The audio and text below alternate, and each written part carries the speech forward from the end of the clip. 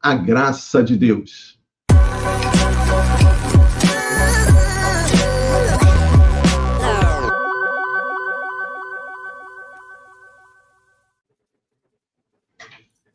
Gente, uma coisa que a gente já falou aqui no nosso quadro é que ler e escrever não é uma coisa automática.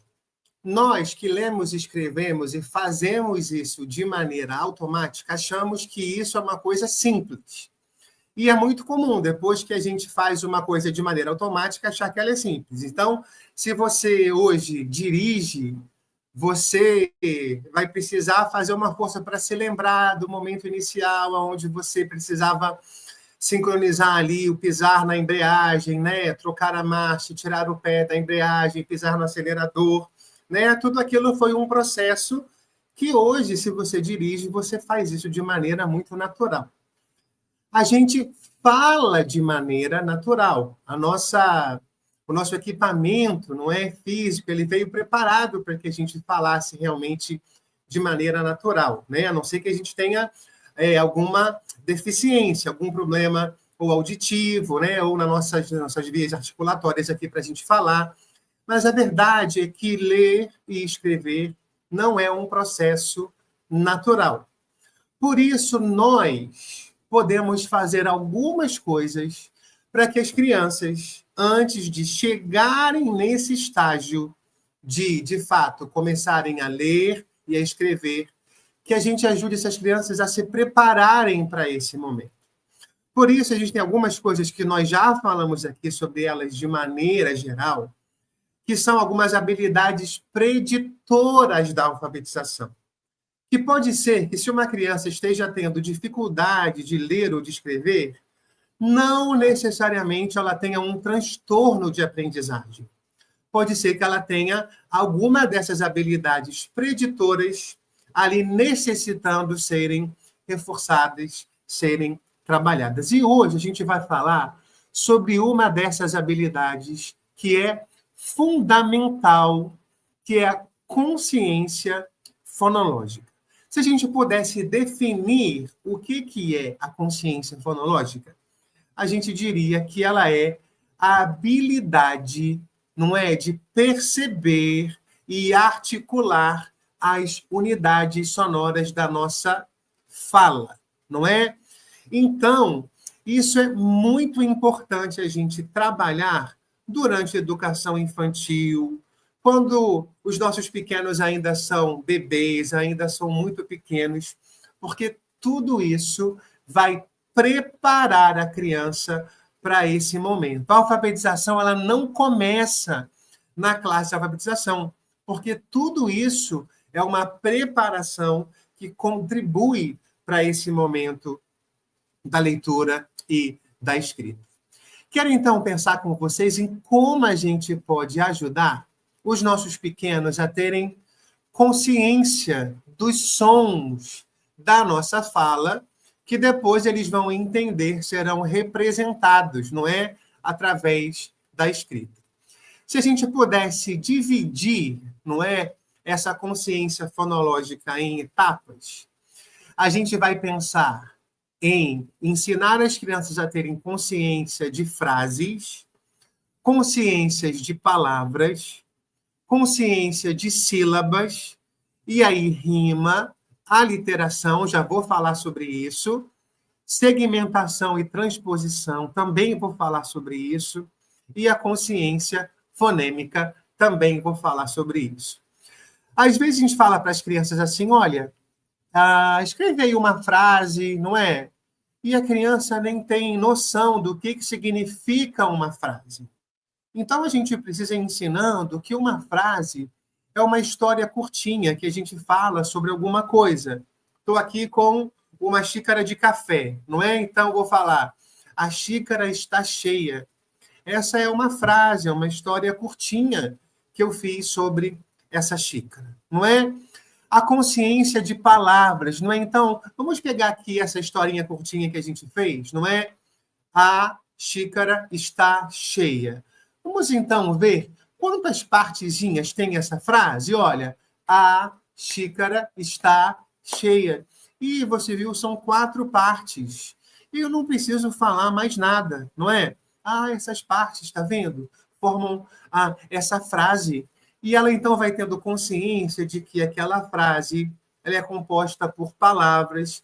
E aí, então, a gente vai diminuindo aqui o nosso campo, não é? Então, xícara. Vamos pegar, então, essa palavrinha que a gente falou no meio dessa frase, xícara. E vamos ver quantas partezinhas tem essa palavra? Xícara. Ela tem 3. Você está vendo? E aí a gente vai brincar com o nome da criança.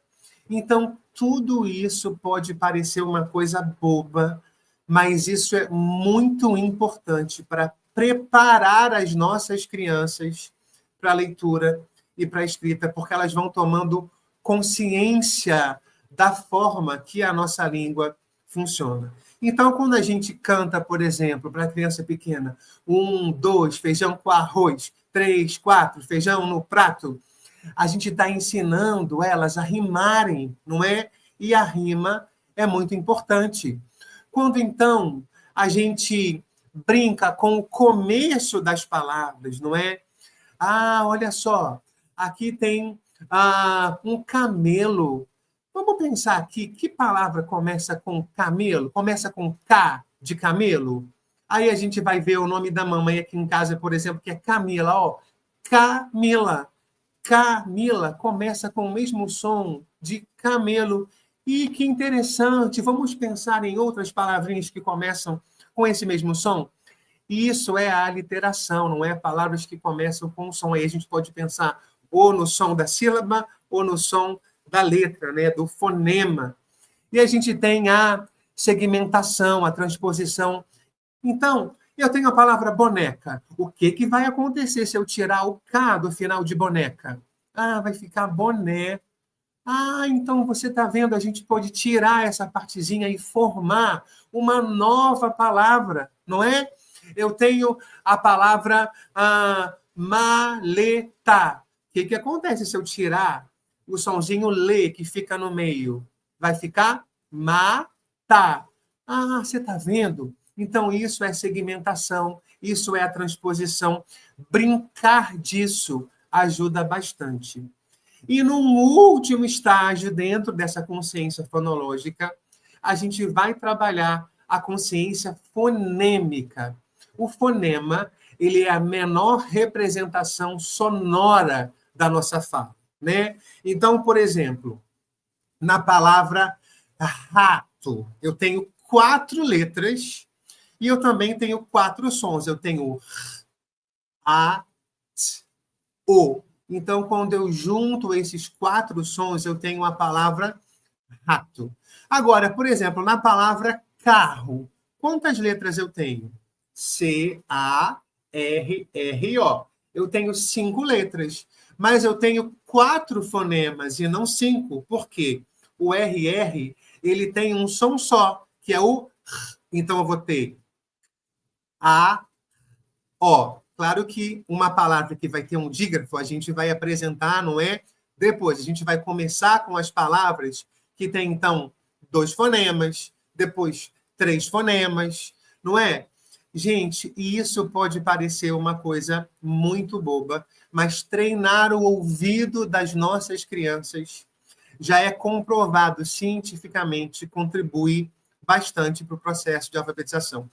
Crianças que têm algum transtorno de aprendizagem têm alguma deficiência nesse reconhecimento da parte fonológica da nossa língua, né? Então, por isso é muito importante, antes da gente diagnosticar, levantar uma hipótese de algum transtorno, a gente fazer exames auditivos para saber se tem ali algum problema nesse processamento, porque geralmente, se a criança tem algum tipo de transtorno, alguma questão ali física ou cerebral vai estar afetando essa consciência fonológica. Então, as pesquisas têm demonstrado que o método fônico, não é, que trabalha o som de cada letra, é o mais indicado para trabalhar com crianças que têm algum tipo de transtorno. E a gente vai fazer isso como, gente? A gente vai fazer isso brincando. A gente vai utilizar jogo de escuta, jogo de rima, jogo de consciência de palavra, consciência de sílaba, não é? Então, vou trazer aqui alguns rápidos para a gente pensar. Jogo de escuta é essa escuta consciente. A gente vive num mundo barulhento, né? Telefone, tela e cidade barulhenta. A gente está num grande centro.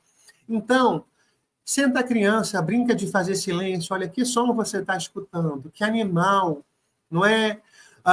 Depois você pode gravar uma sequência de sons e tocar. Que som você ouviu agora? Um som de uma galinha. Aí você acrescenta depois o som de um carro. Então, uma galinha e um carro, não é? E você vai estar treinando essa habilidade de escuta. Por exemplo, para a gente trabalhar palavras e frases. Já dei aqui o exemplo da xícara, né? Vamos fazer uma historinha pequena sobre o dia. Ai, hoje o dia está lindo. Vamos bater palma. Se você tem um xilofone, um instrumento, vamos tocar aqui uma notinha para cada coisa que a gente falar dessa frase. Hoje o dia está bonito. E aí você vai brincar com música. Tudo isso vai preparar a sua criança para ler e escrever. Então, como eu falei, a gente vai reduzindo. Então, a gente começa em frase, vai para a palavra, e aí vai para a sílaba, e depois da sílaba, na sílaba a gente vai trabalhar com rima, não é? Com palavras que terminam com o mesmo som, com a literação, palavras que começam com o mesmo som, e aí, então, no final, a gente vai, então, trabalhar com os fonemas, com os sons, não é? E a gente precisa ensinar, olha, o nome dessa letra é A, o som dessa letra é A, o nome dessa letra é B, mas qual é o som dessa letra? O som não é B, o som é B, B. Então, se eu juntar o B com o E, aí eu vou ter B ou B, não é? Mas muitas palavras, não é? Não tem, muitas letras, né? Não tem o mesmo som igual ao nome. Então, a gente precisa ensinar o som, não é?